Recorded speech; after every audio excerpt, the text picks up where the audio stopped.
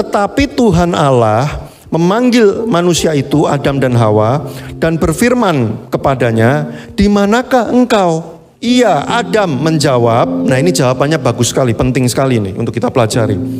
"Aku mendengar bahwa engkau ada dalam taman ini. Aku tahu Tuhan datang nih." Lalu ini kalimatnya nih. "Aku menjadi takut karena aku telanjang, sebab itu aku bersembunyi." Mereka menyadari bahwa mereka telanjang, padahal sebelumnya waktu diciptakan juga telanjang dan tidak ada masalah. Tapi setelah jatuh dalam dosa, telanjang itu jadi masalah. Maksudnya apa? Kalimat ini, maksudnya gini, manusia diciptakan dengan sempurna tanpa kurang suatu apapun. Waktu jatuh dalam dosa, sebenarnya secara fisik tidak ada yang berubah. Yang berubah itu rohnya mati. Yang tadinya telanjang tetap telanjang. Tapi manusia tiba-tiba melihat itu sebagai sebuah keburukan. Artinya apa yang terjadi? Rasa berharganya rusak. Problem kenapa semua manusia itu gampang stres? Kalau ditelisik, salah satunya adalah rasa berharga yang rusak. Kenapa Anda stres naik mobil merek tertentu? Karena Anda merasa kalau tidak punya mobil merek yang lebih mewah, Anda kurang berharga. Nilai Anda turun. Kenapa Anda stres? Teman-teman satu angkatan Anda sudah buka bisnis semua, jadi duitnya banyak, bisa pergi ke luar negeri, sementara Anda uangnya segitu-gitu aja. Kenapa Anda stres? Karena Anda merasa rasa berharga Anda langsung rusak waktu melihat teman-teman Anda yang kelihatannya lebih sukses. Lihat, manusia mulai menilai dan mengukur dirinya berdasarkan apa? Berdasarkan ukurannya sendiri. That is the problem. Kalau Anda telisik semua yang terjadi di dunia ini, apa sih yang bikin rusak? Karena kita menilai diri kita pakai ukuran kita. Kalau aku nggak kayak gini, aku nggak sukses. Kalau aku nggak sukses, aku gagal, stres. Bahkan pelayanan aja stres gara-gara apa? Itu Komsel multi 3 kali. Komselku merger 3 kali. Anda menilai rasa berharga Anda dari achievement, dari result, dari performance, your performance, dari apa yang kamu bisa lakukan. Ketika kamu mengukur satu sama lain dan menemukan kenyataan kamu di bawah, kamu stres. Problemnya datang dari mana? Rasa berharga kita sudah rusak sejak kita jatuh dalam dosa. Cara kita menilai diri kita sendiri, nggak pakai sudut pandang Tuhan, tapi pakai sudut pandang kita sendiri. Orang Kristen yang menang di dalam Tuhan, dia punya duit seberapapun, dia nggak akan pusing. Dalam artian gini, kok duit dia lebih banyak ya? Kok dia lebih begini ya? Dia nggak pusing, karena dia tahu rasa berharganya tuh bukan di situ.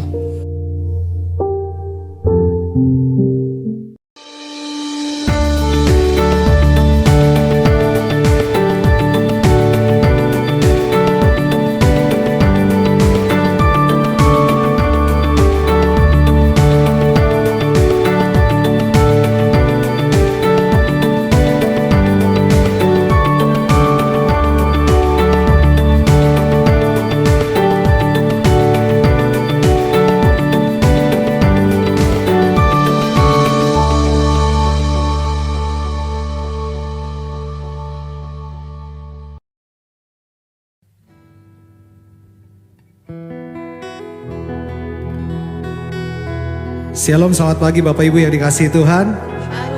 Boleh sapa sebelah kanan dan kirinya. Berikan kata-kata yang luar biasa, kata-kata kekuatan pagi hari ini. Katakan kamu luar biasa pagi ini. Wow. Siap memuji Tuhan? Siap meninggikan Tuhan? Yang siap sama-sama kita bangkit berdiri.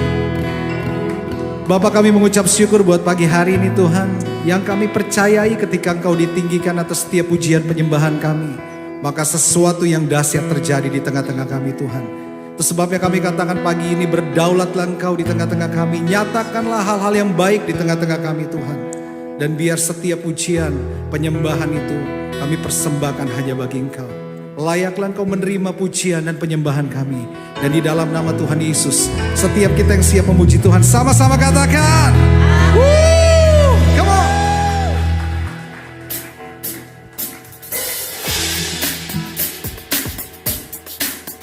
Siap lebih dahsyat lagi ya. Kita mau menyembah, memuji Tuhan pagi ini. Come on!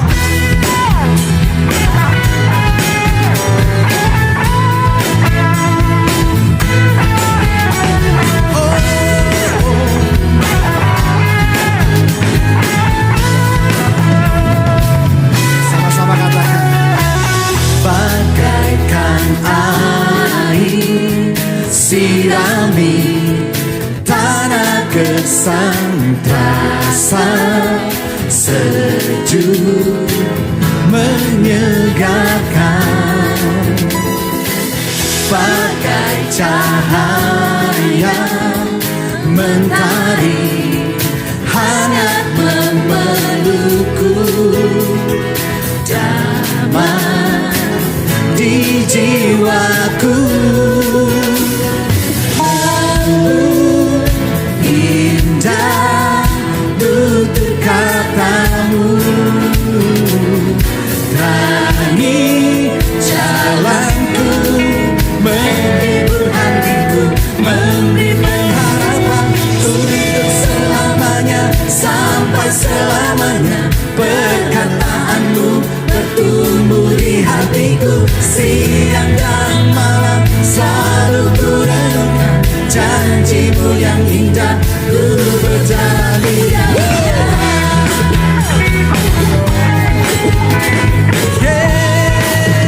Lagi katakan. Bagaikan air sirami tanah gersang, terasa sejuk menyegarkan, bagai cahaya mentari hangat memelukku, damai di jiwaku. Lembut indah tutur katamu, berani jalanku, menghibur hatiku, memberi pengharapan untuk selamanya, sampai selamanya. Perkataanmu bertumbuh di hatiku, siang dan malam selalu ku renungkan. Janjimu yang indah, ku berjalan di dalamnya.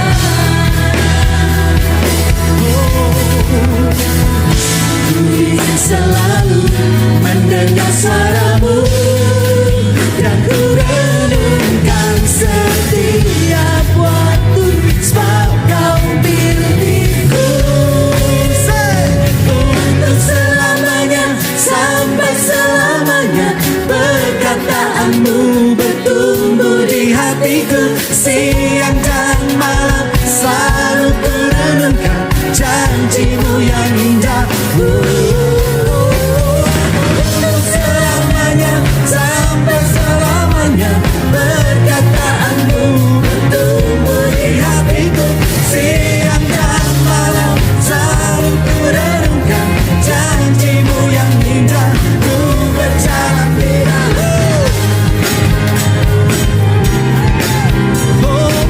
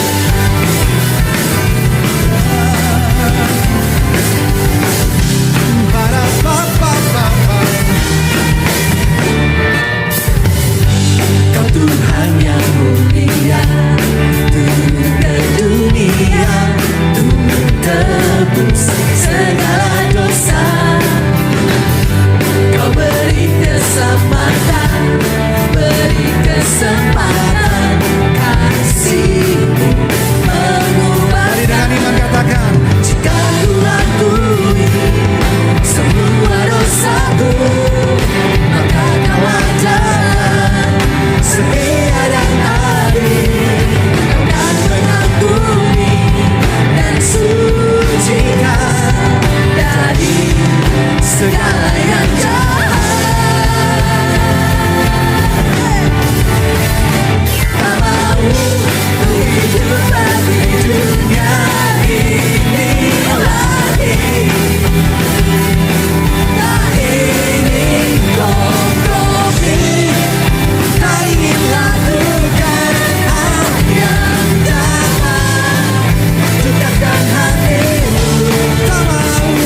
Tak mau ku hidup di luar tuturkan hatimu yang telah bebaskanku. Yesus kebenaranku adalah apa? Pilih para papa papa para papa papa.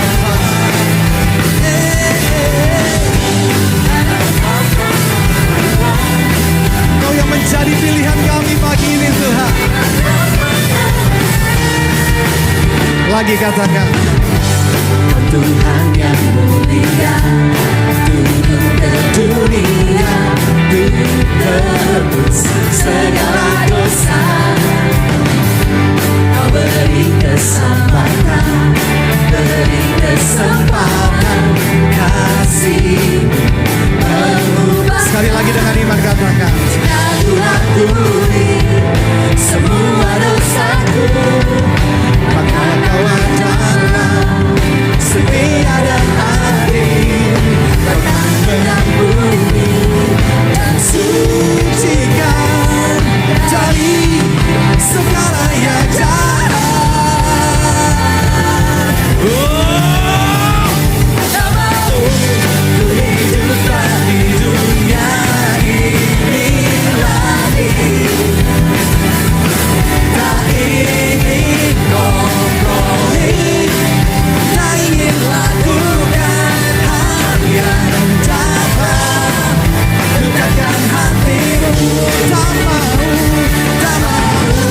ku hidup di luar tuturkan hatimu yang telah bebaskanku. Yesus kebenaranmu adalah, sekali lagi apa? Adalah pilihan.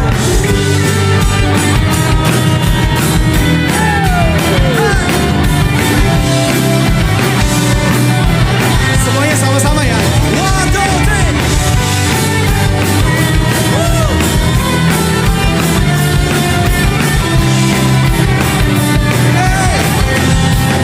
Tak mau ku hidup bagi dunia ini lagi.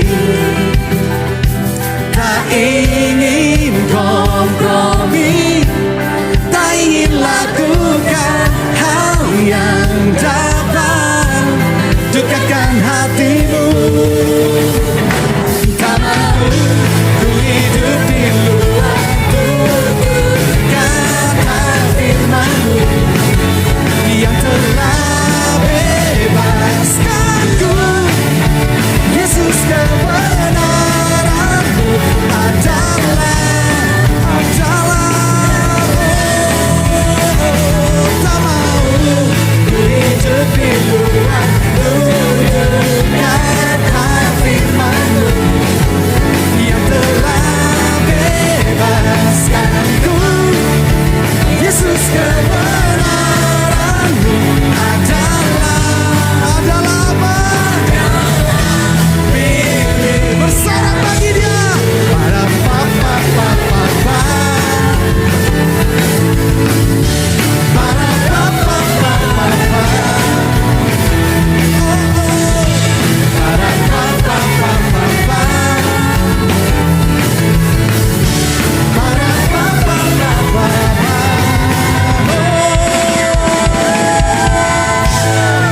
Haleluya, lebih meriah berikan sorak-sorai tepuk tangan buat Tuhan kita. Terima kasih Tuhan. Terima kasih buat hadirat-Mu. Percaya Engkau ada di tengah kami pagi ini Tuhan. Kau siap memulihkan Engkau siap menyembuhkan setiap kami.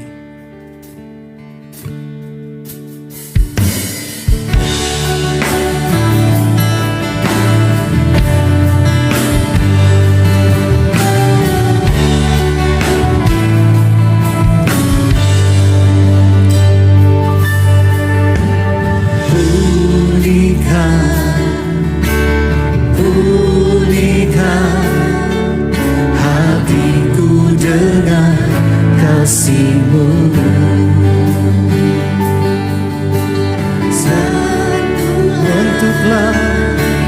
Bentuklah hatiku jadi seperti-Mu.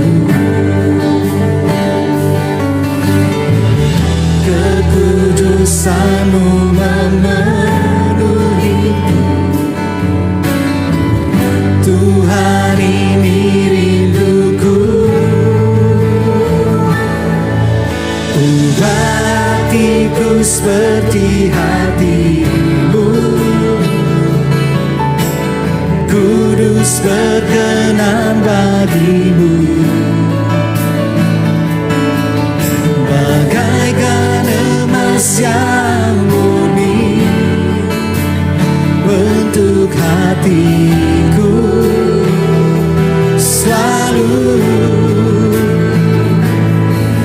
Biar ku menjadi ciptaan baru, bebas dari semua yang jahat,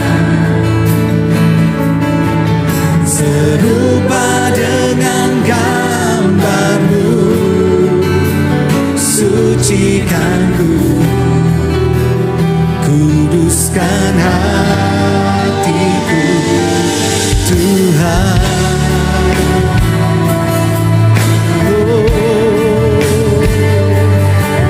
Sucikan.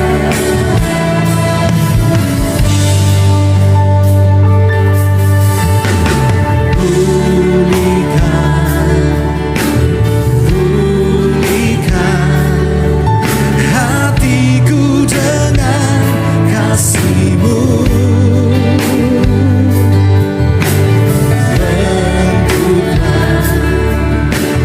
Bentuklah hatiku jadi seperti-Mu. Biar kekudusan-Mu memenuhi. Tuhan, ini rinduku.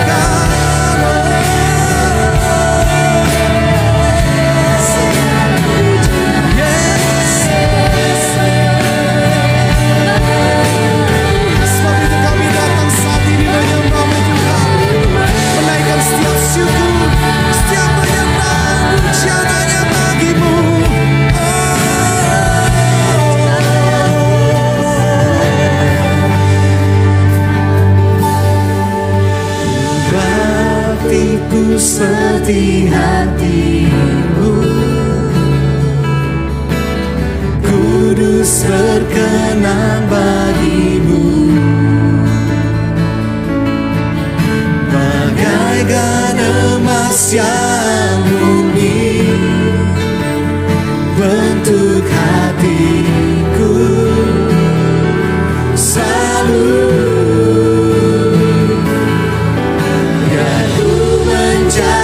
Ciptaan baru, bebas dari semua yang jahat. Oh, serupa dengan gambarmu, sucikan ku, kuduskan hatiku. Seperti hatimu, kudus berkenan bagimu, bagaikan emas yang murni bentuk hatiku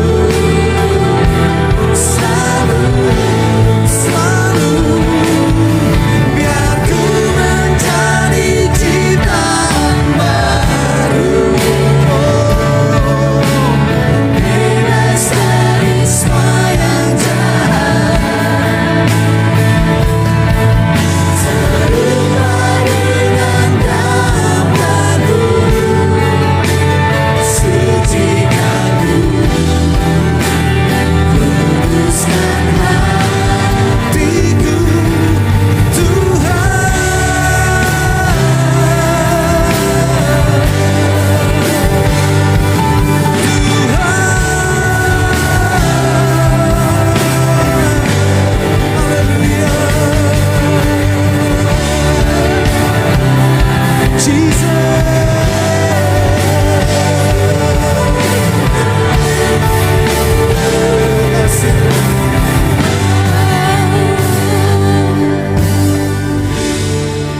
Rasakan Engkau hadir di tengah kami, Tuhan. Dan kami akan melihat terjadi pemulihan dan lawatan, Tuhan, ketika kami datang menyembah-Mu. Terima kasih buat waktu-waktu ini, Tuhan. Terima kasih buat hadiran-Mu yang begitu kuat di tengah kami pagi ini, Tuhan. Ketika kami masuk di dalam hadirat-Mu, itu lebih dari cukup buat kami, Tuhan. Karena hadirat-Mu yang memuaskan kami. Setiap dahaga dalam hidup kami, setiap pergumulan kami, ketika kami masuk di dalam hadirat-Mu, kami akan mengalami kelepasan. Hidup kami akan diubahkan. Sudut pandang kami akan diubahkan. Cara melihat kami akan diubahkan, Tuhan. Terima kasih Bapa. Dan ketika Engkau ditinggikan, Engkau bertahta di atas setiap pujian penyembahan kami. Dan ketika Engkau bertahta, Engkau juga yang akan berfirman di tengah-tengah kami pagi ini, Tuhan. Hati seorang hamba, telinga seorang murid menjadi bagian kami pagi ini, Tuhan. Kami ingin mendengarkan perkataan-Mu. Kami ingin mendengarkan firman-Mu Tuhan. Berbicaralah di tengah kami pagi hari ini. Di dalam nama Tuhan Yesus, setiap kita yang siap mendengarkan firman Tuhan sama-sama katakan. Haleluya, sekali lagi berikan sorak-sorai tepuk tangan buat Tuhan. Haleluya, terima kasih tim penyembahan luar biasa ya. Pagi hari ini kita bersama-sama menikmati hadirat Tuhan di tengah-tengah kita. Selamat pagi, Shalom, murid-murid Kristus yang hadir di KTC ataupun yang sedang live streaming online ya, dimanapun juga. Kita percaya Tuhan selalu memimpin kita ya, untuk kita menjadi pelaku-pelaku kegerakan ya. Jadi kalau kita mendengarkan firman Tuhan sama seperti yang Pak Jali sampaikan minggu lalu ya, bukan supaya kita tahu lebih banyak, tapi supaya kita menjadi pelaku firman. Amin. Dan hari ini kita mau siapkan hati kita tanya Tuhan. Tuhan, hari ini firman Tuhan yang disampaikan apa yang Tuhan mau untuk saya lakukan ya. Dan itu kita bisa catat mungkin 1, 2 poin, 3 poin yang kita dengar yang Tuhan katakan ini loh yang menjadi bagian saya untuk kita melakukannya. Amin Bapak Ibu. Dan pagi hari ini seorang hambanya sudah diutus ke tengah-tengah kita, Bapak David Basuki. Beliau adalah salah satu tim doktrin ya di GYKT Interdependent Up. Dan beliau juga adalah gembala di ibadah Mandarin di Abalov Industri. Dan beliau juga adalah salah satu tim dari Board of Leader Abalov Industri. Nggak lama-lama lagi kita sambut Pak David Basuki.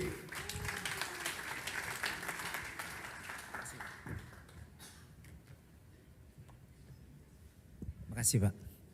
Shalom Bapak Ibu sekalian, selamat pagi. Tuhan baik, amin. Tuhan baik. Saya hari ini datang bersama istri saya, sahabat yang paling akrab dengan saya, Teresia Leli. Saya bersyukur punya seorang istri seperti dia. Bapak Ibu sekalian, pagi ini kita akan belajar firman Tuhan. Kita akan minggu-minggu ini kita sedang belajar tentang disiplin rohani mengenai berdoa dan berpuasa ya. Dan saya diberi tugas untuk membawakan firman Tuhan mengenai doa puasa ini. Jadi saya akan bawakan satu topik mengenai 3 prinsip dalam doa puasa Kristen. Ya. 3 nilai utama di dalam doa puasa Kristen yang harus kita ingat pada saat kita berdoa dan berpuasa. Mari sebelumnya kita mau berdoa. Bapa di sorga, Engkau Tuhan yang menciptakan langit dan bumi. Tapi Engkau juga Bapa kami Tuhan. Engkau mengasihi kami. Engkau rindu setiap kami mengenal Engkau dengan benar. Mengenal kasih-Mu, mengenal kuasa-Mu, mengenal kebenaran-Mu. Sehingga kami boleh juga hidup berkenan kepada Engkau. Kami boleh hidup mengasihi Engkau. Kami boleh taat bukan karena terpaksa. Tapi karena kami rindu Tuhan mengalami Engkau semakin nyata dalam hidup kami. Karena itu pagi hari ini urapi setiap kami Tuhan. Buat kami mengerti firman-Mu. Sehingga kami boleh menjadi pelaku firman-Mu. Dan kami boleh melihat Tuhan. Engkau bukan hanya tulisan-tulisan, teori belaka. Tapi Engkau sungguh nyata dalam hidup kami. Dalam nama Yesus kami berdoa. Kita semua yang percaya katakan amin, haleluya. Nah Bapak Ibu Saudara sekalian, saya ambil firman Tuhan hari ini dari Matius 6 ya, satu pasal Matius 6. Dan kita akan lihat bahwa Tuhan Yesus sedang membandingkan ya mengenai liturgi atau tata cara ibadah orang Yahudi dan dibandingkan dengan Kristen. Kita lihat di dalam Matius 6, ayat yang pertama, Tuhan Yesus berkata, "Ingatlah, jangan kamu melakukan kewajiban agamamu di hadapan orang, supaya dilihat mereka, karena jika demikian kamu tidak beroleh upah dari Bapamu yang di sorga. Jadi kalau kita lihat di dalam satu pasal ini ada 3 prinsip ya mengenai nilai-nilai yang penting di dalam doa, puasa, memberi. Jadi di dalam agama Yahudi 3 hal ini yang menunjukkan seorang itu melakukan kegiatan agamanya, peribadatannya ya, yaitu dalam doa, puasa dan memberi. Dan ketiganya ini memiliki nilai-nilai yang sama. Pertama, tidak munafik. Ya. Jadi prinsip yang pertama adalah tidak munafik. Kita tahu semua ya. Ini hal yang sederhana. Dan orang Farisi juga tahu sebenarnya. Bahwa mereka tidak boleh munafik. Tetapi sering walaupun kita tahu tanpa sadar atau karena ada satu hal tertentu ya. Kita gak mau kejelekan kita dilihat orang atau kita ingin menunjukkan kemampuan kita tanpa sadar kita munafik. Ya, jadi munafik itu adalah menampilkan sesuatu yang sebenarnya tidak demikian. Dalam berdoa, berpuasa sebenarnya tujuannya adalah fokusnya adalah Tuhan. Tetapi dalam peribadatan orang Yahudi, orang Farisi yang terkenal paling saklek. Ya.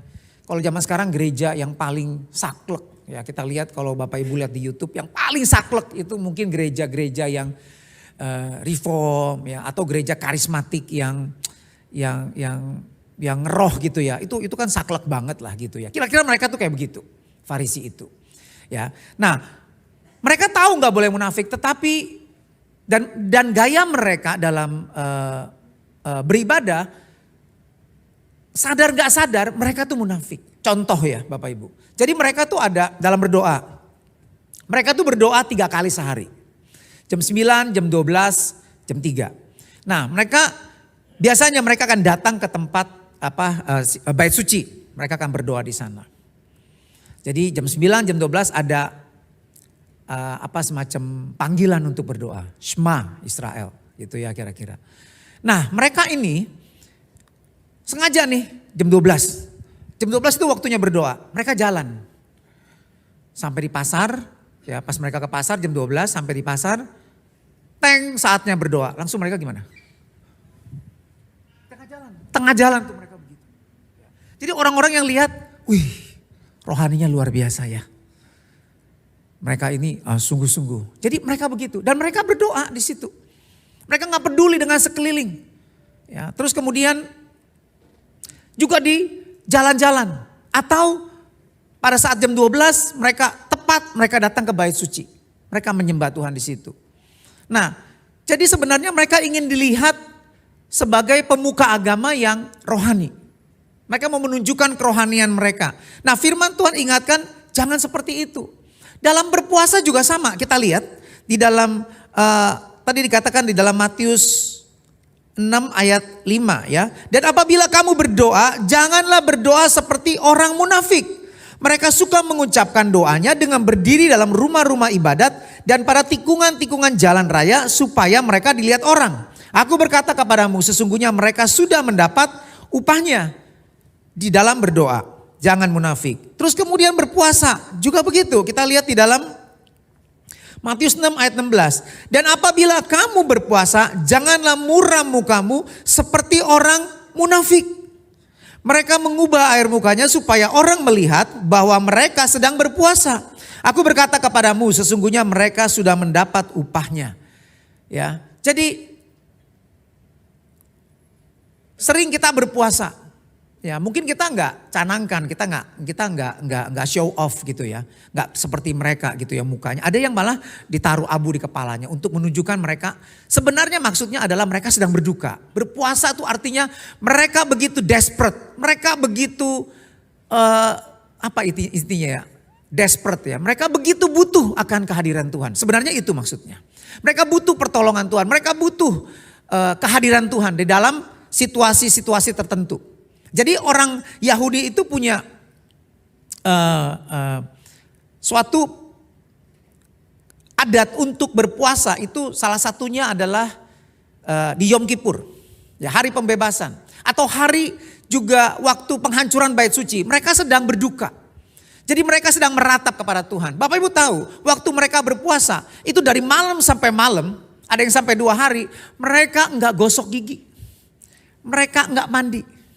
Jadi kalau ngobrol nih, begitu ngobrol, oh lagi puasa dia nih. Ya, jadi sengaja gitu loh. Sengaja nggak sengaja lah kayak begitu. Jadi supaya kelihatan dia itu benar-benar orang yang saleh gitu ya. Nah, kita nggak begitu. Justru firman Tuhan ajarkan kita jangan sampai ada yang jangan sampai kita ini mau bangga, kita mau membanggakan diri kita atau menunjukkan kita sedang beribadah. Ya, jadi kalau berpuasa saya juga tiap kali saya ingat Kak Sam waktu itu. Ajarkan ya. Kalau berpuasa jangan sampai kalau bisa ada orang yang tahu bahwa kita sedang berpuasa. Kecuali puasa korporat kita sama-sama tahu. Tetapi waktu kita keluar, waktu kita bekerja, waktu kita ada lingkungan yang di luar gereja, jangan sampai ada orang yang tahu. Jadi gimana? Waktu kita ketemu sama orang, mesti meeting dan ada acara snack atau minum atau makan gitu ya. Gak apa-apa, makan aja. Gak usah, sorry ya, maaf piring dibalik. Maaf, lagi puasa bro. Gak, ya. Gak apa-apa, makan. Ya, tapi bukan wah sekalian kesempatan nih kita makan, bukan ya. Tapi kita menunjukkan bahwa kita nggak mau orang lain tahu bahwa kita berpuasa ini adalah hubungan yang paling intim dengan Tuhan. Peribadatan itu adalah hubungan yang paling intim sama Tuhan. Dalam berdoa, berpuasa, memberi, ini prinsipnya sama. Nah jadi yang pertama adalah jangan munafik. Ya. Yang kedua, prinsip yang kedua adalah, nah ini penting. Prinsip rahasia. Kita lihat Matius 6 ayat yang kelima. Dan apabila kamu, Matius 6 ayat 6. Tetapi jika engkau berdoa, masuklah ke dalam kamarmu, tutuplah pintu dan berdoalah kepada Bapamu yang ada di tempat tersembunyi. Maka Bapamu yang melihat yang tersembunyi akan membalasnya kepadamu. Juga dalam berpuasa kita lihat. Ayat 17 Matius 6. Tetapi apabila engkau berpuasa, minyakilah kepalamu dan cucilah mukamu, supaya jangan dilihat oleh orang bahwa engkau sedang berpuasa, melainkan hanya oleh Bapamu yang ada di tempat tersembunyi. Maka Bapamu yang melihat yang tersembunyi akan membalasnya kepadamu. Jadi prinsip yang kedua adalah prinsip rahasia. Apa yang kita lakukan ini bukan hanya orang lain gak tahu, tetapi kita pun tidak menganggap itu sebagai suatu hal yang suatu hal yang membuat atau menunjukkan tingkat kerohanian kita. Makanya dikatakan begini, kalau tangan kanan kamu memberi, tangan kiri jangan sampai ketahuan. Mungkin gak kayak begitu? Ya gak mungkin lah, betul gak? Masa tangan kanan memberi, tangan kiri gak tahu? Ya gak mungkin lah, tapi maksudnya adalah itu begitu rahasia sampai kita sendiri tidak menganggap sesuatu itu sebagai hal yang wah gue sedang berbuat baik nih, gue sedang rohani, oh gue lebih baik dari orang lain. Kita gak cerita ke orang lain, tapi ada perasaan puas. Perasaan bangga dengan gue puasa lu 5 hari lu. Wah luar biasa. Itu orang setengah hari aja udah kelepekan kayak gitu. Gue 5 hari. Wah luar biasa nih gue nih. Wah luar biasa. Itu gak rahasia namanya. Ya. Kita gak dapat apa-apa dari puasa itu. Dan mungkin juga kita lihat gini. Wah baru dicanangkan puasa. Begitu puasa langsung bersaksi. Wah luar biasa bro. Gue puasa 5 hari langsung lu dampaknya. Saya langsung kalau dikasih lihat ya video-video atau film-film yang di YouTube tuh yang gak bener tuh langsung saya tuh rasanya jijik gitu, najis gitu. Sejak puasa 5 hari ini gue berubah lu bener-bener lu. Sejak belajar doa ya, doa Bapa kami yang bener-bener kita ini ya, saya langsung berubah lu. Paradigma saya berubah langsung. Bapak Ibu tahu gak? Ada seorang profesor teologi di Southern Baptist Seminary. Dalam melakukan survei dia bilang begini, pertumbuhan rohani adalah pertumbuhan yang paling lambat yang ada di dunia ini. Dibanding pertumbuhan fisik, pertumbuhan pohon, pertumbuhan apapun di dunia ini, pertumbuhan rohani itu paling lambat. Bahkan sering kita pikir kita sudah cukup rohani, sebenarnya kita belum apa-apa.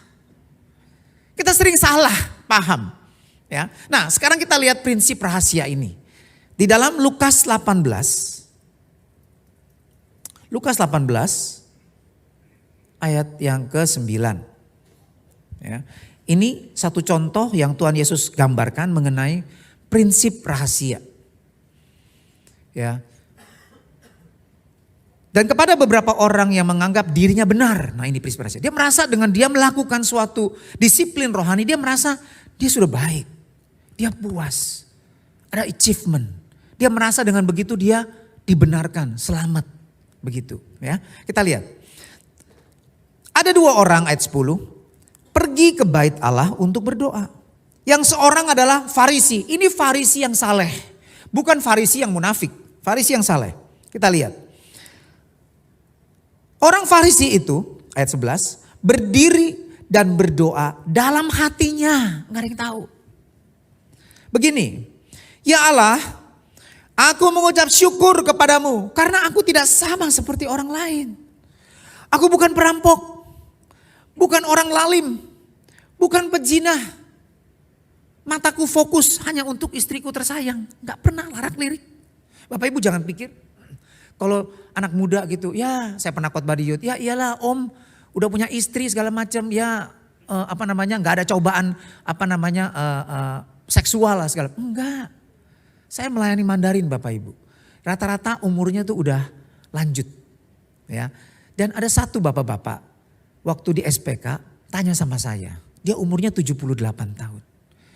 Pak David gimana saya ya? Kenapa kalau saya lagi jalan lihat perempuan yang cantik, yang bodinya bagus gitu ya. Mata saya langsung kayak mau keluar gitu mata saya. Bisa ngikutin, lupa sama, ada istrinya di situ. Istri sampai malu ini. Tapi dia benar-benar sedang bergumul. Dia mau lepas. Dia gak mau kayak begitu. Ya, dia tanya saya bagaimana caranya. Jadi situ saya lihat bahwa selama kita masih ada dalam daging, keinginan mata, keinginan daging, keangkuhan hidup itu terus bahaya laten buat kita. Kita harus terus menyangkal diri. Ya, setiap hari. Jadi barang siapa mengikuti Yesus dia harus menyangkal diri setiap hari. Sampai kapan? Sampai dagingnya benar-benar mati. Kapan dagingnya mati? Ya sampai dia mati. Selama kita hidup, kita gak bisa bilang, oh gue udah cukup rohani nih. Oh gue udah cukup baik nih. Oh yang kayak gitu-gituan mah gue udah gak mempan lagi deh. Enggak, gak ada. Ya, karena itu kita terus harus jaga hati kita. Dengan segala kewaspadaan. Amin. Sebab dari sanalah terpancar kehidupan. Nah pertanyaannya, gimana jaga hati? Ini jaga hati. Jangan pernah percaya kepada hati kita. Jadi gimana? Percaya sama firman Tuhan. Jangan ikuti kata hati kita, tapi ikuti kata firman Tuhan. Saya masukin ini dalam PP WhatsApp saya supaya saya tahu, supaya saya ingat terus. The world say follow your heart. God say, follow my word. Dunia berkata, ikuti kata hatimu. Tapi Tuhan berkata, ikuti kata firmanku. Amin? Itu. Makanya kita perlu belajar mengerti firman Tuhan. Supaya kita bisa melakukan firman Tuhan dengan benar. Kita gak bisa, bro gak usah banyak mikir. Yang penting taat aja sama firman Tuhan. Lah gimana bisa taat kalau kita gak mengerti dengan benar. Betul gak? Taat aja bro. Taat. Contoh sekarang. Yang gampang aja deh, gak usah yang rumit-rumit. Jika mata kananmu menyesatkan kamu, congkel matamu. Coba. Gak usah mikir. Langsung aja taat. Udah buta semua kita nih, bener gak? Kenapa kita baca ayat itu? Mata kita emang gak pernah menyesatkan kita. Menyesatkan. Lihat yang gak bener. Tapi kenapa kita gak congkel? Begitu ketemu ayat begitu langsung mikir kita. Ya kan, nggak begitu nih maksudnya. Nah jadi kita nggak bisa langsung taat, kita perlu mengerti dengan benar firman Tuhan supaya kita bisa menjadi pelaku yang benar firman Tuhan. Ya, salah mengerti firman Tuhan, ya salah juga taatnya. Ini bukan bicara munafik ya, salah paham firman Tuhan, ya salah juga mentaati firman Tuhan. Makanya kenapa kita perlu mengerti dengan benar firman Tuhan, supaya bisa menjadi pelaku firman Tuhan dengan benar. Oke kita lihat, kita lanjut lagi ya. Bukan orang lalim, aku bukan pejinah dan bukan juga seperti pemungut cukai ini. yang di belakang. Itu munafik, itu pengkhianat bangsa. Jadi pemungut cukai pada zaman itu adalah orang Yahudi yang menjadi pemungut pajak. Kenapa orang-orang Romawi, penjajah Romawi pada saat itu menggunakan orang-orang Yahudi sebagai pemungut pajak? Karena orang Yahudi pada zaman itu seperti orang Chinese. Orang Chinese pada zaman saya waktu masih muda, kalau sekarang beda, banyak tuh crazy rich. Ya, crazy rich Asia itu banyak orang Chinese. Tetapi orang Chinese yang dulu, zaman dulu, saya pernah ke satu kota di daerah Surabaya situ ya. Ini pemilik mall, department store. Ini puluhan tahun lalu waktu saya masih kerja di Astra.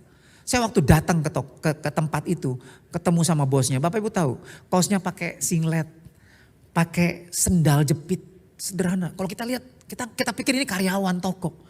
Tapi dia owner yang punya bos. Itu orang Chinese. Ya, sederhana, nggak kelihatan. Duitnya nggak bunyi. Ya, kelihatan kantongnya kempes tetapi kaya dia. Nah, orang Yahudi itu kayak begitu. Nggak kelihatan kayanya. Sederhana, tetapi sangat kaya. Nah, yang tahu itu hanya orang Yahudi juga yang tahu. Nah, makanya penjajah Romawi pakai orang Yahudi untuk memungut pajak dari orang-orang Yahudi. Nah, orang Yahudi yang seperti ini dianggap oleh bangsa Yahudi sebagai pengkhianat bangsa. Ya, mereka udah nggak peduli lagi sama saudara sebangsa. Yang penting gue kaya, yang penting gue dapat penghasilan. Nah, seperti itu. Nah, jadi aku bersyukur dia percaya dalam hati dia loh. Dia nggak ngomong sama orang-orang. Bapak Ibu tahu, kita ingat firman Tuhan, jangan menghakimi. Ingat. Kita harus menegur orang yang salah. Untuk menegur harus pakai mulut ngomong, betul kan? Tapi kalau menghakimi kita nggak perlu ngomong. Kita diem aja nih. Mata kita itu bisa menghakimi orang loh. Ya, jadi kita diajar firman Tuhan juga. Kalau orang menegur kita, menghakimi kita harus belajar seperti Raja Daud waktu ditegur sama Simei. Bahkan Simei pada saat itu sedang mengutuk dia. Tetapi dia introspeksi. Walaupun dia tahu ini orang yang tidak suka sama dia, sedang mengutuk dia, sumpahin dia, syukurin lu. Lu penumpah darah. Anak lu sekarang berontak sama lu. Ibaratnya gitu. Ya. Tapi dia diam. Waktu panglimanya bilang, waduh kurang ajar nih katanya. Ini anjing nih, brengsek nih ya. Kita pancung aja kepalanya. Apa kata Daud? Jangan. Apa hubungannya kamu sama saya? Jangan-jangan Tuhan sedang bicara lu lewat dia.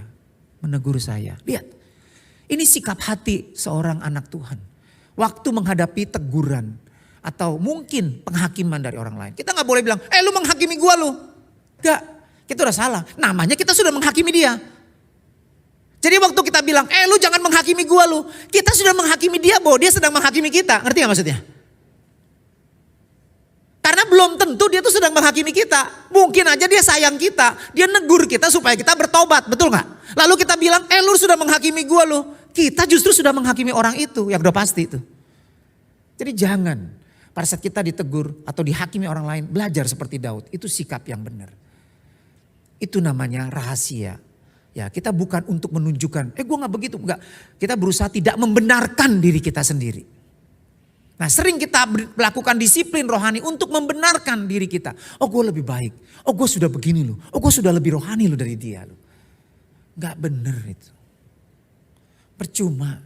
Doa puasa kita gak nyampe ke hadirat Tuhan. Ya, karena gak berkenan kepada dia. Nah, kita lihat sekarang, lanjut ya. Ayat 12. Lukas 18. Aku berpuasa 2 kali seminggu. Siapa yang puasa 2 kali seminggu di sini? Dia lebih saleh dari kita, betul gak? Kalau kita lihat nih dari kacamata, wah dia gak pejina, dia gak kejam, dia orang yang baik, dia dermawan, memberi perpuluhan, dia puasa 2 kali seminggu, betul? Ini orang yang saleh, dia merasa dia sudah mencapai satu status kerohanian tertentu. Tetapi, ya apa kata Tuhan Yesus? Aku berkata kepadamu, orang pemungut cukai yang bertobat, yang mengaku dosanya, dia keluar sebagai orang yang selamat, dibenarkan. Tetapi orang Farisi yang saleh itu gak selamat. Gak benar. Ya. Nah ini prinsip rahasia. Jangan pernah kita menganggap dengan kita berdoa lebih lama dari orang. Lu berdoa berapa lama sehari? 10 menit. 10 menit. Lu 1 jam doang. Kita mungkin rasanya gue gak mamer. Itu fakta kok. Memang gue begitu. Ya kan kalau munafik kan palsu. Ini enggak. Tapi dia merasa gue udah mencapai loh satu tingkat kerohanian tertentu. Itu namanya gak rahasia lagi. Itu namanya kita gak dapat apa-apa sebenarnya dari ibadah kita. Ya, itu prinsip yang kedua, rahasia. Prinsip yang ketiga, nah ini yang paling penting. Jadi sebenarnya dalam prinsip rahasia ini, siapa sih penonton kita? Kalau munafik penontonnya orang lain. Kalau rahasia penontonnya diri kita sendiri nih. Kita pengen ya, atau kita ingin mencapai suatu tingkat kerohanian tertentu. Status kerohanian tertentu. Kita puas dengan tingkat kerohanian kita. Kita merasa aman, kita merasa kita selamat, kita merasa berkenan kepada Tuhan. Itu gak rahasia. Jadi penontonnya diri kita sendiri kalau rahasia. Sebenarnya penonton kita mestinya siapa? One audience only. Hanya Tuhan saja. Bukan buat yang lain. Jadi pelayanan kita, mungkin saya khotbah, atau yang jadi usher, atau yang melayani apapun juga. Ya. Mungkin loh kita sedang menabur dalam daging. Jadi belum tentu aktivitas rohani, pelayanan rohani itu kita sedang menabur dalam roh. Kita sedang menumpuk harta di sorga. Belum tentu. Waktu kita melakukan aktivitas, waktu saya khotbah, waktu orang memuji, saya merasa waduh luar biasa. Luar biasa gue ya sudah begini. Udah, itu menabur dalam daging itu. Itu gak ada tuh nilainya di mata Tuhan tuh. Ya. Tujuannya hanya satu. Supaya Tuhan disenangkan. Supaya kehendak Tuhan yang jadi dalam hidup saya. Karena dia begitu baik buat saya. Dan saya mau mengasihi dia dengan segenap hati, segenap jiwa, akal budi, kekuatan. Jadi yang penting dia happy. Yang lain gak peduli. Walaupun semua orang gak anggap saya. Dan saya juga gak perlu menilai diri saya. Pokoknya lakukan aja bagian saya. Dengan segenap hati, segenap jiwa. Seperti untuk Tuhan. Dan memang hanya untuk Tuhan. Bukan untuk yang lain. Itu rahasia. Nah yang ketiga, nah ini prinsip yang paling penting. Jadi bukan munafik, rahasia, dan ini yang paling penting nomor 3. Prinsip penyembahan. Hanya untuk Tuhan. Karena Tuhan. Dan bagi Tuhan saja. Ya. Jadi kita lihat di dalam kembali ke Matius 6 tadi. Prinsip yang ketiga dalam berdoa kita juga bisa melihat dalam doa Bapa kami. Jadi Tuhan Yesus katakan ya jangan munafik dalam berdoa, jangan rahasia karena Bapakmu yang melihat yang tersembunyi akan membalaskannya kepada kamu. Jadi karena itu berdoalah demikian. Bapa kami yang di sorga, dikuduskanlah namamu, datanglah kerajaanmu, jadilah kehendakmu. Dalam setiap doa kita. Ini jadi gini loh. Berdoalah begini. Di dalam Lukas 11 Tuhan lebih jelasin lagi. Lukas 11 ayat 1 sampai 4 itu ya dalam doa Bapa kami. Waktu murid-murid minta diajarkan berdoa, Tuhan Yesus berkata begini. Karena itu berdoalah demikian. Artinya begini. Karena itu setiap kali kamu berdoa, berdoalah seperti ini. Bapa kami yang di sorga. Bukan berarti tiap kali kita berdoa, Bapa kami. Doa Bapa kami. Mau makan, doa Bapa kami yang di sorga. Mau ibadah, Bapa kami yang di sorga. Ya kan? Usir setan, Bapa kami yang di sorga. Bener loh, saya pernah lihat orang yang usir setan pakai doa Bapa kami. Setannya keluar juga. Ya kan? Tetapi bukan berarti bahwa apapun, tapi ya saya percaya ini orang karena dia taunya cuma doa Bapa kami ya. Dia sungguh-sungguh berdoa, ya.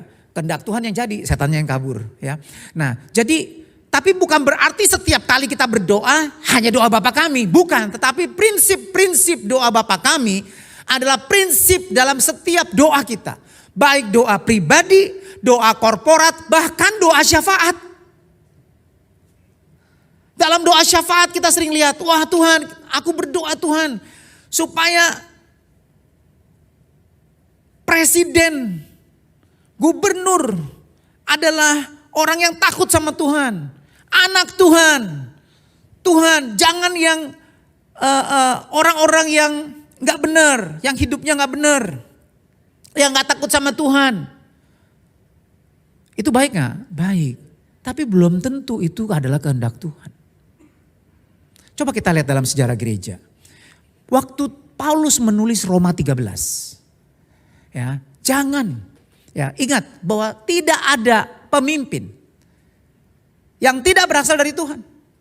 Tunduk nih kepada setiap otoritas, pemimpin. Ya. Nah, jadi pada saat itu Bapak Ibu tahu, pemerintah atau penjajah pada saat itu adalah Kaisar Nero yang sangat benci Kristen dan menganiaya Kristen. Bayangin, kota Roma dia yang bakar, dia bilang itu orang Kristen yang bakar. Loh kok bisa sih? Iya, karena orang Kristen kalau doa, api dari sorga turun. Maksudnya kan penuh Roh Kudus gitu maksudnya kan. Tapi dipikir, nah dia pakai kata-kata itu loh. Jadi itu loh, gara-gara orang Kristen doain supaya api turun. Nah kebakaran tuh terjadi tuh kota Roma. Jadi orang Kristen, makanya orang Kristen dianiaya. Jadi jahat sekali. Nah ketemu kaisar yang seperti itu, Paulus nggak bilang, ayo kita berdoa syafaat. Supaya cepat mati tuh presidennya. Supaya nanti presiden atau kaisar yang baru ini adalah kaisar yang takut sama Tuhan. Enggak tuh. Dia berdoa supaya kita tunduk. Beri kami keberanian Tuhan. Supaya kami berani tetap memberitakan Injil. Di tengah-tengah aniaya ini. Itu kehendak Tuhan. Dan buktinya. Waktu Kaisar Romawi itu menjadi seorang Kristen, justru di situ gereja hancur. Politik di dalam gereja. Ya, terjadi perebutan kekuasaan di dalam gereja. Kenapa? Karena kaisar-kaisar itu tunduk sama pemimpin agama Kristen. Pada saat itu, disitulah mulai terjadi penurunan kualitas kekristenan. Itu disebut zaman kegelapan gereja. Ya, jadi kita lihat bahwa apa yang kita pikir baik belum tentu baik. Hendaknya kita berdoa supaya kehendak Tuhan yang jadi. Dan kita percaya sejak kita berdoa, ini iman begini. Sejak kita berdoa, ini iman yang benar. Sejak kita berdoa kita percaya apapun yang terjadi Tuhan sedang bekerja. Amin. Untuk menjawab doa kita. Itu yang benar. Karena supaya kerajaannya, kehendaknya yang jadi. Nah kita lihat doa Bapa kami ini adalah poinnya cuma satu, supaya kehendak Tuhan yang jadi. Supaya hubungan kita semakin akrab sama Tuhan. Kita nggak mau pisah dari Tuhan. Kita lihat ya. Berikanlah kami pada hari ini makanan kami yang secukupnya. Ini bukan sekedar makanan jasmani. Lain kali deh kalau ada waktu dibahas tentang khotbah doa Bapa kami ini. Ini maksudnya juga makanan, justru berdoa supaya kita setiap hari punya makanan rohani yang cukup. Karena waktu Tuhan Yesus dicobai oleh iblis, dia udah lapar loh, 40 hari gak makan.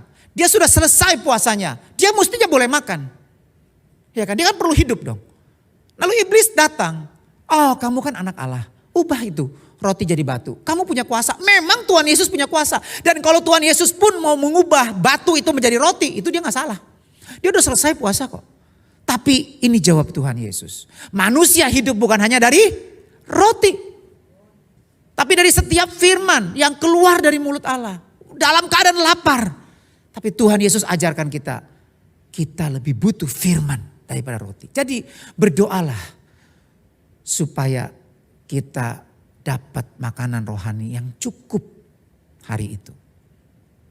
Karena itu 1 Petrus 2 ayat 2 ingatkan kita. Hendaklah kita menjadi bayi, seperti bayi yang selalu rindu akan susu yang murni, yaitu firman Tuhan. Di dalam King James disebut word ya of God.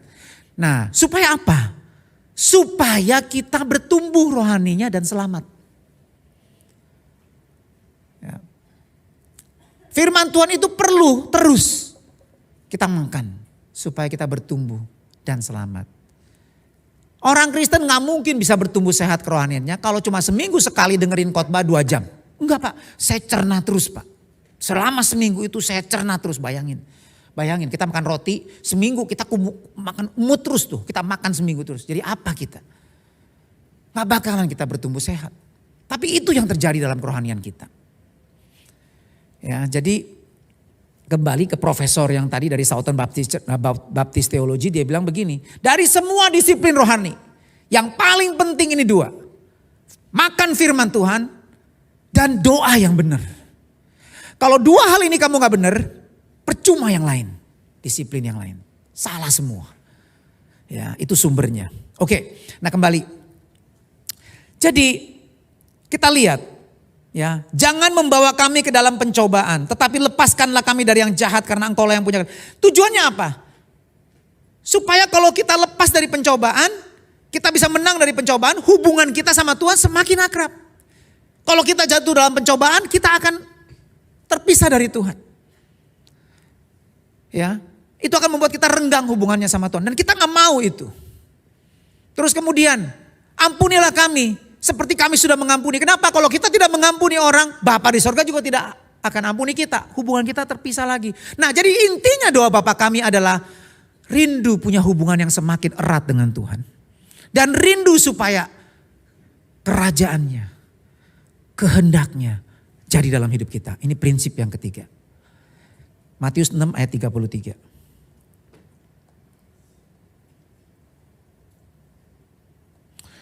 Tetapi carilah dahulu kerajaan Allah dan kebenarannya, maka semuanya itu akan ditambahkan kepadamu. Nah, ini yang sering kita udah hafal ini ayat, tetapi kita sering salah praktek ayat ini. Ya, saya juga dulu begitu. Dulu saya pikir, carilah dahulu kerajaan Allah dan kebenarannya. Oh, yang penting saya udah ikut SPK, saya udah melayani, saya sudah bertobat, saya udah gak seperti dulu lagi. Ya, hidup saya benar, takut sama Tuhan. Oke, jadi saya sudah cari kerajaan Allah dan kebenarannya. Nah, sekarang saya tinggal tunggu nih. Bonusnya apa nih? Saya diberkati dong. Ya dong. Hidup saya mestinya bahagia dong. Nah, ini namanya sebenarnya itu efek samping. Semuanya itu akan ditambahkan, itu efek samping. Tapi yang penting adalah kerajaan dan kebenarannya itu kita alami dalam hidup kita. Tapi kalau kita rindu sebenarnya nih, lebih rindu supaya semua kita diberkati, kita bahagia, kita sukses semua ya. Ada sampai gereja yang namanya yakin hidup sukses ya kan. Nah, jadi sampai itu sebenarnya tujuannya. Itu miss the point. Itu namanya kita makan konidin bukan supaya kita sembuh batuknya, tetapi supaya kita bisa tidur nyenyak. Ngerti gak maksudnya? Jadi konidin itu kan efek sampingnya bikin tidur nyenyak. Ya, itu namanya drug abuse. Itu namanya penyalahgunaan narkotik. Morfin itu kan untuk penghilang sakit, tapi kita pakai morfin supaya efek sampingnya fly. Nah itu. Kita cari kerajaan Allah dan kebenarannya. Sebenarnya yang kita rindu bukan kerajaan Allah dan kebenarannya, tapi yang kita rindu adalah semua yang ditambahkannya. Sebenarnya itu yang kita pengen. Miss the point. Nah, ayat ini ada satu contoh yang bagus. Matius 6 ayat 33. Kalau Bapak Ibu lihat di konkordansi, di TSK Cross Reference, ayat ini langsung dihubungkan kepada satu contoh. Di dalam 1 Raja-Raja 3. 1 Raja-Raja 3. 1 Raja-Raja 3 ayat yang ke-11. Ini tentang Salomo. Waktu dia baru naik tahta dan dia berdoa kepada Tuhan. Dan ini jawab firman Tuhan atas doanya. Jadi berfirmanlah Allah kepadanya, oleh karena engkau telah meminta hal yang demikian dan tidak meminta umur panjang atau kekayaan atau nyawa musuhmu, melainkan pengertian untuk memutuskan hukum, untuk menjadi raja yang adil. Bapak Ibu tahu kalau lihat di dalam Ulangan ada tuh ketentuan. Seorang raja di dalam hukum Taurat harus adalah raja yang adil. Yang takut sama Tuhan. Nah, dia cuma minta itu. Jadikan aku raja yang adil dan takut sama Tuhan. Cuma itu permintaan dia. Oke? Maka sesungguhnya ayat 12. Maka sesungguhnya aku melakukan sesuai dengan permintaanmu itu. Sesungguhnya aku memberikan kepadamu hati yang penuh hikmat dan pengertian. Sehingga sebelum engkau tidak ada seorang pun seperti engkau. Dan sesudah engkau takkan bangkit seorang pun seperti engkau. Dan juga, nah ini. Apa yang tidak kau minta, Aku berikan kepadamu baik kekayaan maupun kemuliaan, sehingga sepanjang umurmu takkan ada seorang pun seperti engkau di antara raja-raja. Itu maksudnya carilah kerajaan Allah dan kebenarannya. Yang kita rindu memang sungguh-sungguh kerajaan Allah nyata. Kehendak Tuhan jadi dalam hidup kita sekalipun gak enak. Sekalipun kita gak bisa menikmati kekayaan dunia, sekalipun loh. Contohnya lagi Paulus. Paulus ini kan beriman sekali. Luar biasa. Sapu tangan aja bisa ngusir setan. Sapu tangannya aja menyembuhkan orang sakit. Dia membangkitkan orang mati. Luar biasa kan imannya. Tapi waktu satu kali dia kena sakit. Utusan iblis sedang menggocoh dia. Dia itu sakit. Dan dia berdoa 3 kali. 2 kali itu artinya udah serius banget. 3 kali udah mentok doanya. Ya, supaya utusan iblis ini yang menggocoh dia, ngerjain dia, lepas dari dia. Supaya penyakitnya itu lepas dari dia. Bapak Ibu kalau lihat, tahu dari mana penyakit. Bapak Ibu lihat di Galatia 4. Waktu dia datang ke Galatia, dia dalam keadaan sakit. Dan sakitnya itu mencolok. Sehingga orang yang melihat akan merasa jijik. Jadi beberapa teolog menganggap itu adalah penyakit seperti tumor ganas atau borok yang parah yang gak sembuh-sembuh. Nah kenapa? Dia berdoa, udah cukup imannya, tetapi gak jadi. Terus bagaimana? Apa kata Tuhan? Enggak, aku mau itu tetap di dalam kamu. Supaya justru di dalam kelemahanmu, aku kuat. Kuasaku nyata. Maksudnya apa? Maksudnya begini loh. Supaya orang lihat dan tidak mengkultus individu Paulus. Wah Paulus luar biasa bro. Sakit sembuh. Wah dia mah perfect semua. Ya kan? Karena memang dia sakti, mandraguna. Enggak. Agama-agama lain begitu. Sehingga pemimpinnya yang dianggap sakti disembah. Nah kita enggak begitu. Kemuliaan semuanya hanya bagi Tuhan. Nah waktu Paulus itu kelihatan sakit. Orang-orang bilang, ini Paulus kan hebat. Kan beriman. Kok dia sakit ya? Orang lain mikir. Tapi waktu dia orang lain sembuh. Wah ini bukan dia nih. Bukan dia yang hebat. Tuhan kita yang hebat. Nah itu loh. Dan Paulus rela. Gak apa-apa. Orang lain mungkin ada yang gak semuanya pandangannya kayak gitu. Ada yang mungkin pandang, ini Paulus pasti ada dosa nih dia nih. Kena kutuk dia. Paulus sebodoh. Gak peduli apa kata orang.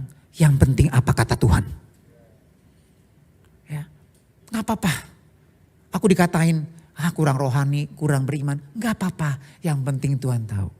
Dan saya bersuka cita karena itu. Saya bergembira karena itu. Justru di dalam kelemahan fisik saya, keterbatasan saya, nama Tuhan dipermuliakan. Itu artinya rindu kerajaan Allah dan kebenarannya nyata dalam hidup dia. Sekalipun dia gak mendapat segala bonus. Tapi Tuhan gak mungkin kayak gitu, betul? Seperti Bapa sayang anaknya, demikian Tuhan mengasihi orang-orang yang takut akan dia. Sama seperti saya punya 3 anak. Saya mau tutup ya dengan satu ini. Saya punya 3 anak. Semua anak saya sayang saya tahu. Kenapa? Kalau saya ulang tahun pasti dikasih hadiah sama mereka. Ya, sayang lah. Ya. Nah, tapi yang laki-laki itu kalau kasih hadiah dulu ya, masih sekolah gitu kan, nggak kerja kan, uang jajan dari saya kan. Mereka tabungan mereka tuh mereka sisihin, mereka beli hadiah, baju buat saya. Nih papa happy birthday. Oh saya seneng, nggak apa-apa. Tapi kan itu kan duit-duit gue juga ya. Ya, dia pakai kan dari duit gue juga. Ya tapi nggak apa-apa lah, ada perhatian. Dia berhemat supaya bisa memberkati saya. Oke, tapi anak saya yang perempuan. Seminggu sebelum ibadah, sebelum saya ulang tahun, saya sering perhatian dari kecil. Dia bikin karya tulis, dia bikin puisi. Dia melukis, dia bikin satu kartu pos ya, yang indah sekali gitu ya, kayak hallmark begitu, dengan tulisan-tulisan, dengan doanya. Dan dia bilang happy birthday, dan dia sebutin, ya dia bersyukur karena papanya begini sama dia. Dia berterima kasih dan dia tulis happy birthday. Dan satu kali dia bikin acara, dia nyanyi, bukan lagu happy birthday, tapi lagu yang saya nggak sempat, saya lupa untuk tayangin di sini. Sampai saya rekam dan saya simpan. Bapak Ibu tahu, hadiah dia itu saya nggak bisa beli pakai duit. Itu hasil karya dia. Sama. Tuhan adalah Tuhan yang kudus. Yesaya 66 berkata begini, aku Tuhan yang bertahta di langit. Langit itu tahtaku. Bumi adalah pijakan kakiku. Rumah seperti apa yang kau buat bagi aku? Tetapi kepada orang inilah aku memandang. Kepada orang seperti inilah aku ingin tinggal bersama dengan dia. Dengan orang seperti inilah dia akan menjadi tempat kediamanku yang nyaman seperti di sorga. Kepada orang seperti apa? Orang yang remuk hatinya. Yang rindu untuk selalu diperbaharui oleh Tuhan. Semakin serupa Tuhan karena kerinduan dia supaya kehendak Tuhan yang jadi. Kerajaannya, kebenarannya nyata dalam hidup dia. That's it, that's it. Kalau Tuhan udah begitu nyaman sama orang ini, bayangin. Mana mungkin dia gak dandanin orang itu dengan sebaik-baiknya, amin. Itu loh. Tapi kita gak boleh punya keinginan seperti itu. Itu gak tulus namanya. Mestinya yang jadi satu-satunya kerinduan kita adalah kerajaannya dan kebenarannya. Itu, that's it, gak ada yang lain. Jadi sekalipun gak dikasih bonusnya, gak apa-apa Tuhan. Aku happy karena kamu disenangkan. Karena itulah kehendakmu, itulah kebenaranmu. Aku puas Tuhan karena itu. Itu ibadah yang sejati. Bukan supaya kita diberkati. Kita beribadah, berdoa, berpuasa. Bukan supaya diberkati. Tapi kita beribadah. Karena kita adalah anak Allah. Amin.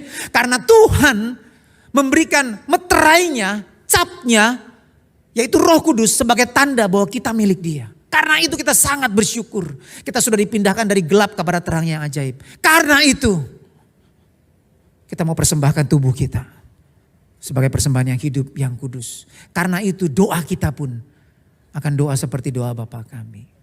Cara kita berpuasa pun, kita akan sungguh-sungguh berpuasa. Mungkin 5 hari, mungkin seminggu. Tapi kita gak akan puas. Tuhan, aku mau lebih lagi. Aku mau mengalami Engkau lebih lagi Tuhan. Aku mau tahu kerajaan-Mu, kebenaran-Mu. Aku mau melihat nyata dalam hidup saya. That's it, itu aja. Maka kita akan menjadi tempat kediaman Tuhan yang nyaman buat Tuhan. Tuhan akan sungguh-sungguh menjadi Bapa kita. Dan kita sungguh-sungguh anaknya. Amin. Mari kita berdoa.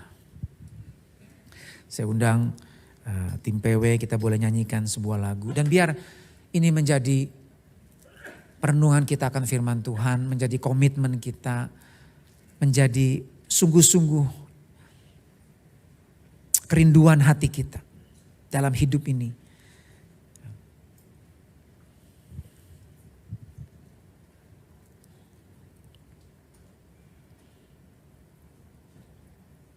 Kita nyanyikan lagu ini. Saya undang kita bangkit berdiri. Nyanyikan dengan iman, dengan segenap hati. Biar ini menjadi doa kita.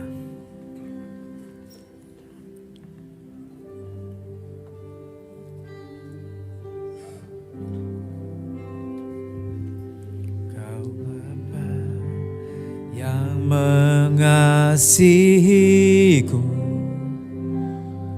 asamu memulihkanku, hati yang baru Kau berikan untukku dapat melihat rencana-Mu indah bagiku, kesana di setiap jalanku. Hatiku haus dan lapar akan Engkau. Kaulah segalanya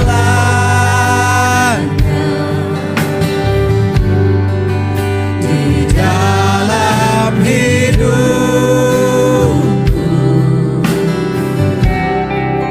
Kerajaan-Mu, kebenaran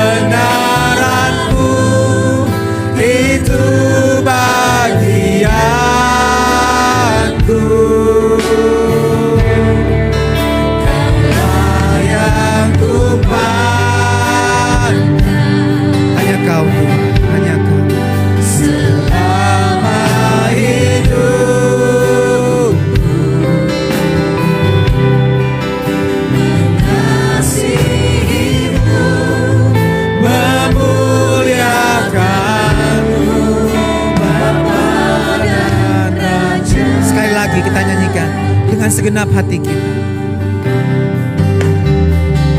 Kau Bapa yang mengasihiku, amin.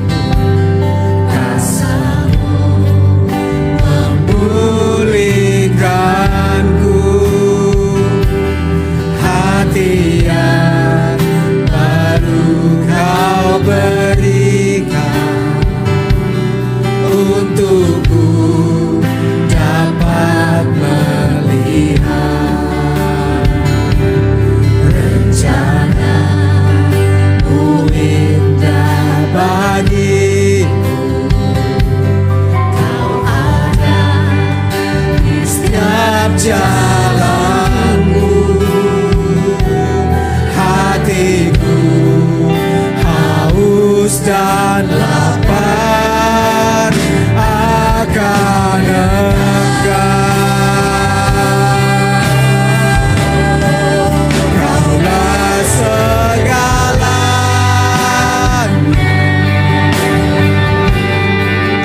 di dalam hidup.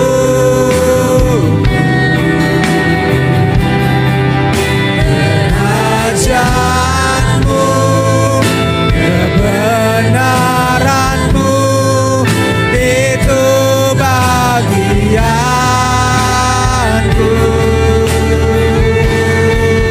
Kaulah yang kupandang, hanya Kau Tuhan yang kupandang.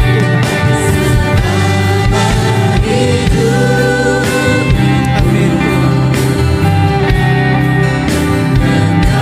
Mengasihi-Mu, memuliakan-Mu, Bapa. Kaulah segalanya dalam hidupku. Tuhan, ini hati kami Tuhan. Kaulah segalanya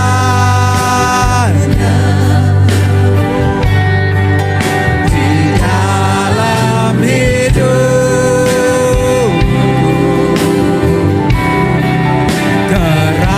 Kerajaan-Mu, kebenaran-Mu, itu bagianku.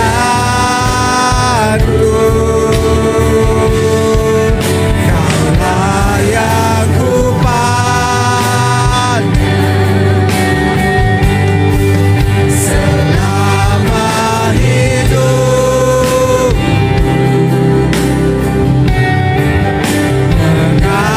Mengasihi-Mu, memuliakan-Mu, Bapa. Amin. Mengasihi-Mu dan memuliakan-Mu.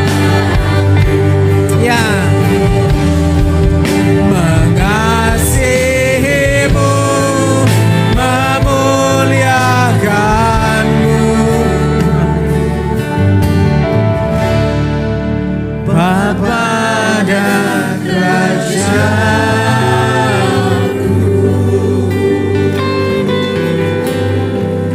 Tuhan, Kau mengenal kami lebih dari siapapun juga Tuhan. Selidiki hati setiap kami Tuhan. Supaya jangan sampai kami pikir kami benar. Kami pikir kami akrab dengan Engkau. Tapi ternyata Kau tidak dekat dengan kami. Bahkan kami jauh dari Engkau. Jangan sampai Tuhan kami pikir kami kaya di hadapan-Mu, padahal kami miskin di hadapan-Mu. Jangan sampai Tuhan kami pikir kami melihat, kami mengerti kehendak-Mu, padahal kami buta Tuhan.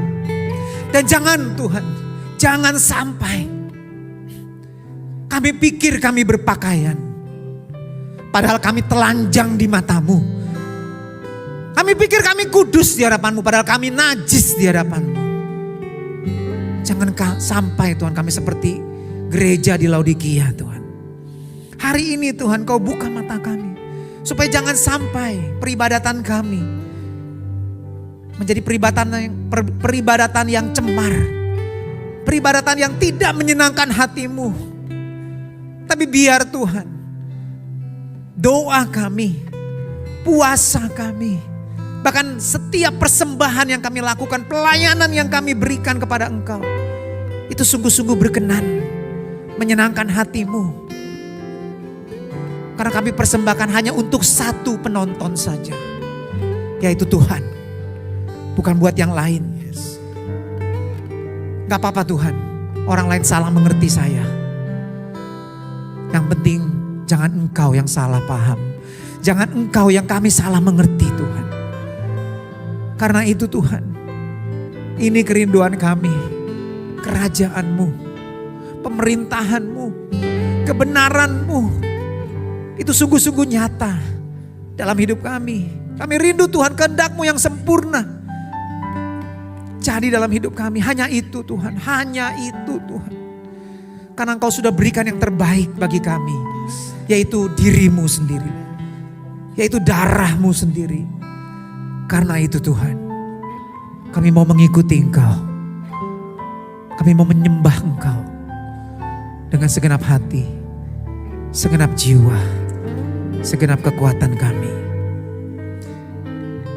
Kaulah segalanya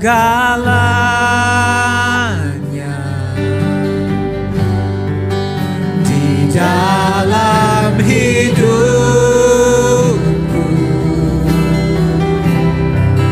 Kerajaan-Mu, kebenaran-Mu, itu bagianku.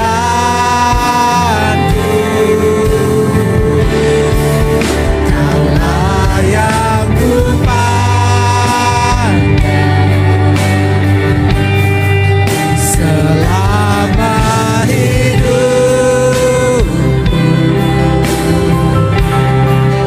mengasihi-Mu, memuliakan-Mu, Bapa dan Raja-Mu. Mengasihi-Mu, memuliakan-Mu,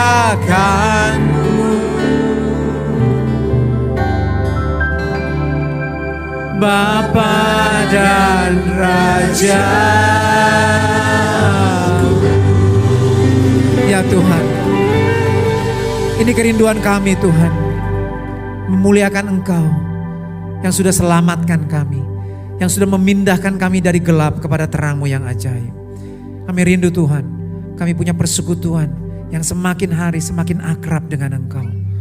Biar kami boleh menjadi seperti yang Kau rindukan.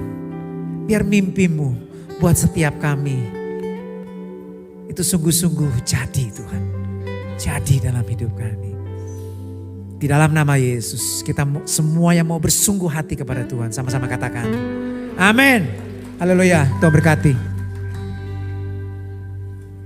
Shalom Bapak Ibu sekalian, senang sekali dapat bertemu lagi dengan Bapak Ibu pada hari ini. Berikut Aba News minggu ini.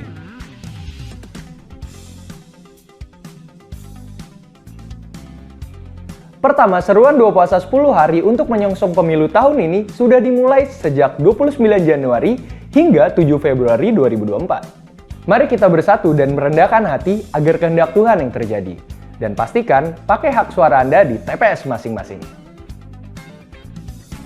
Dalam rangka Hari Raya Imlek, ibadah Abayut yang diadakan pada hari Sabtu 10 Februari digabung bersama dengan ibadah umum hari Minggu 11 Februari 2024. Seperti waktu yang tertera di layar. 亲爱的弟兄姐妹们，我代表华语崇拜会团体，我们已经是不止13年了。我们很渴望弟兄姐妹们，如果亲戚朋友们，祝福大家新年蒙恩，万事如意。什么都能够如意的，万事如意的。最后，我们要祝福我们的华语机会，在你的带领下、祝福下，能够继续的向前走，遵照你的话语。大家能够互相的关心，得到主的爱。 Misalnya jadi banyak teman, satu. Kedua, saya dengar firmannya lebih ngerti lagi. Firmannya itu kan buat orang tua semua. menyemangatin kita, saling mendoakan, saling menguatkan. Kasih yang luar biasa, seperti kita di keluarga besar yang harmonis. Silakan datang kemari, nikmati hadirat Tuhan. Tiap bulannya ada ibadah Opa Oma. Harap semua saudara-saudara bisa sama-sama ikut ibadah Opa Oma. Sahabat-sahabat terkasih, saya mengundang 17 Februari ada ibadah Sincia Mandarin dan Senior bersama-sama. Mari kita datang untuk menikmati sukacita bersama. Tuhan Yesus memberkati. Sampai ketemu di ibadah.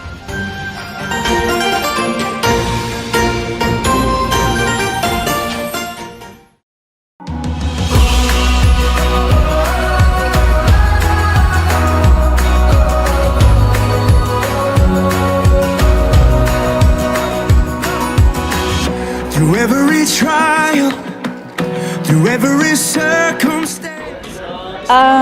Dengan adanya ibadah English Service di Abalov ini, kami sebagai, maksudnya saya sebagai orang tua terbantu sekali gitu, karena akhirnya apa yang sering ditanyain sama anak itu terjawab gitu. Maksudnya kok nggak ada sih ibadah dalam bahasa Inggris gitu. Mungkin di sekolahnya, berhubung dia sekolahnya di bahasa sehari-harinya itu bahasa Inggris, jadi mungkin dia lebih fasih dalam bahasa Inggris gitu. Dengan adanya ibadah ini, anak saya lebih mudah mengerti gitu dengan apa yang diajarkan dengan kakak-kakak keganya gitu. Jadi terima kasih. Halo, nama saya Novi Olivia.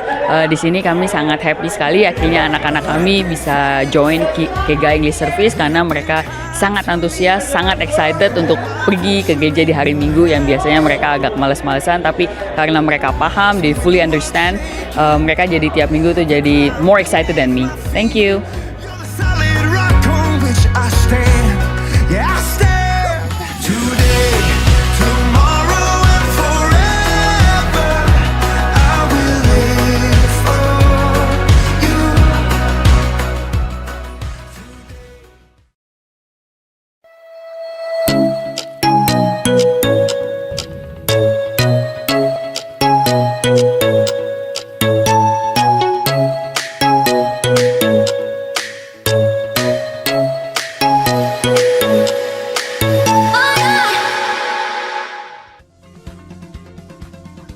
Pre-marriage call atau PMG adalah pelayanan bagi pasangan-pasangan yang sedang berpacaran atau membangun hubungan pranikah agar dapat membangun hubungan yang sehat.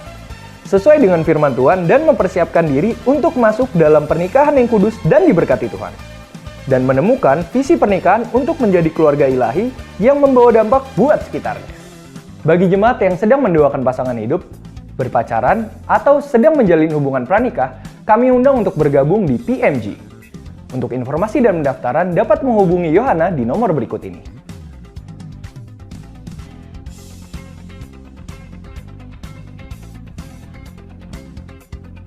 Sekian Aba News minggu ini. Happy Sunday and God bless you.